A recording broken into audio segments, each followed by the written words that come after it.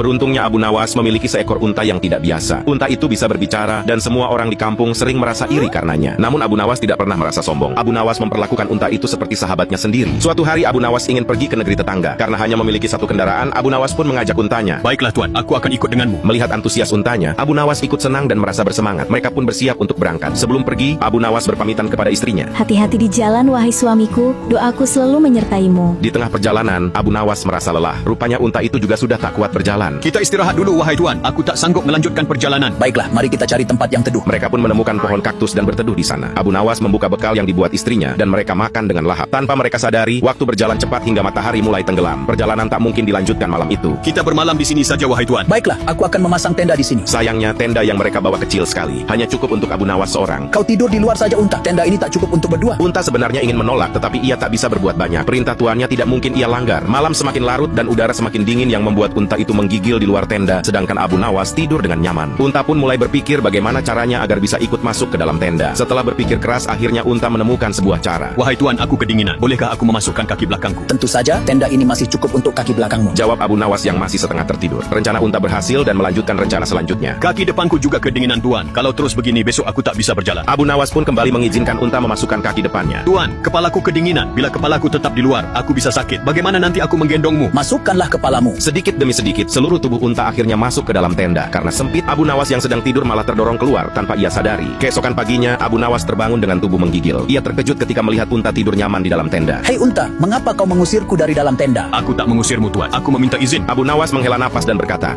Mengapa untaku jadi cerdik seperti ini? Aku belajar darimu Tuan. dan seketika itu juga mereka pun tertawa bersama sambil menikmati pagi yang cerah.